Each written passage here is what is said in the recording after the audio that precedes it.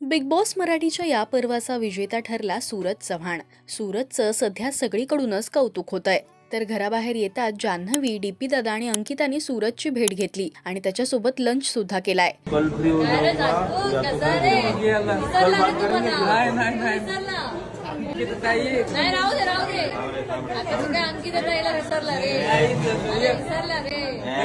बघा बघा झाकूक झुकूक विसरलाय मला। बघा बघा बाबा, आम्ही आता बिग बॉसच्या विनर सोबत जेवतोय। अहो भाग्य आमचे, अहो भाग्य।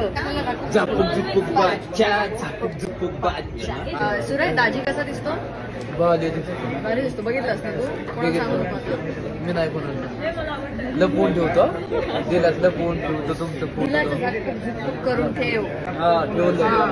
लंच विथ विनर असं कॅप्शन अंकिताने या व्हिडिओला दिलंय। तर अनेकांनी कमेंट्स करत त्यांच्या बॉन्डचं कौतुक केलंय।